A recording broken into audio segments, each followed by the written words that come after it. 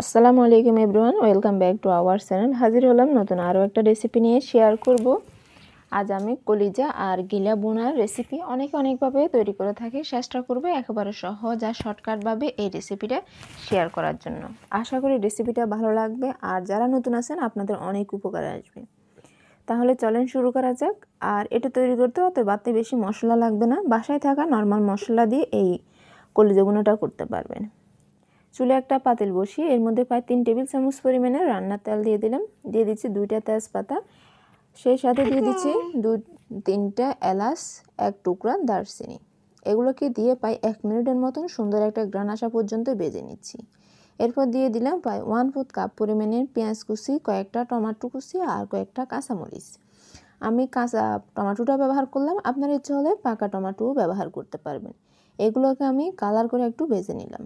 বেশ কিছুক্ষণ কালার করে ভেজে নেওয়ার পর এর মধ্যে এখন দিয়ে দিচ্ছি 1 চা চামচ পরিমাণের রসুন বাটা, 1 চা চামচ পরিমাণের আদা বাটা দিয়ে দেওয়ার পর এগুলোকেও খুব ভালোভাবে মিশিয়ে নিচ্ছি। এরপর প্রায় 30 সেকেন্ডের মতন ভেজে নিলাম।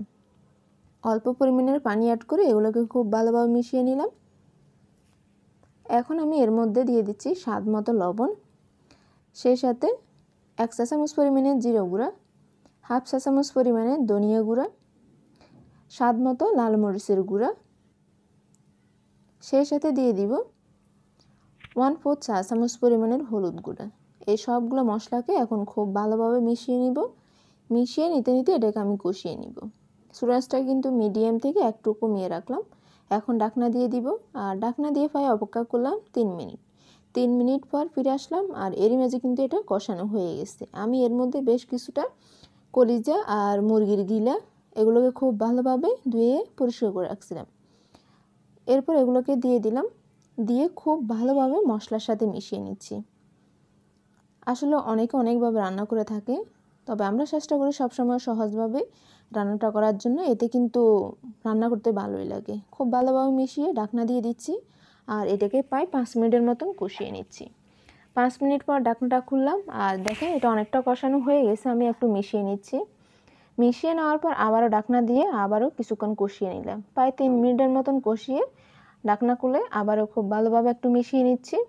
এর মধ্যে কিন্তু আমি এতক্ষণ পানি দিনে এখন কিন্তু পানি অ্যাড করে নিচ্ছি। এমনভাবে পানিটা অ্যাড করলাম যাতে এটা সিদ্ধ হয়ে যায়, সেই সাথে আমি যেরকম ঝোল রাখতে চাই সেই অনুযায়ী এর মধ্যে পানিটা অ্যাড করে নিলাম। আমি একটু গামা করে রাখবো, এই জন্য আমি পানির পরিমাণটা একটু বেশি দিলাম। আপনারা যদি একেবারে এটা বোনা করতে চান তাহলে পানির পরিমাণটা একটু কমিয়ে দিলে হবে। আমি ঢাকনা দিয়ে প্রায় 10 মিনিটের মতো এটাকে সিদ্ধ করে নিলাম আর এটা আমার রান্না এখন প্রায় কমপ্লিট। আপনাদের এর থেকে একটু কম বা বেশি সময় লাগতে পারে। আমি লবণটা চেক করে এটাকে নামিয়ে নিচ্ছি।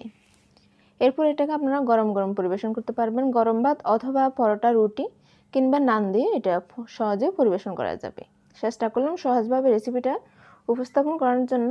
যদি ভালো লেগে থাকে সবার সাথে শেয়ার করে চ্যানেলটি সাবস্ক্রাইব করে সাথে থাকবেন। আর রেসিপি সম্পর্কে যদি কোনো প্রশ্ন থাকে তাহলে অবশ্যই কমেন্ট বক্সে জানাতে পারেন, চেষ্টা করব উত্তর দেওয়ার জন্য। আজকের মতন এখানে শেষ করব। সবাই সুস্থ থাকবেন, ভালো থাকবেন, যে যার অবস্থান থেকে নিরাপদে থাকবেন। আল্লাহ হাফেজ।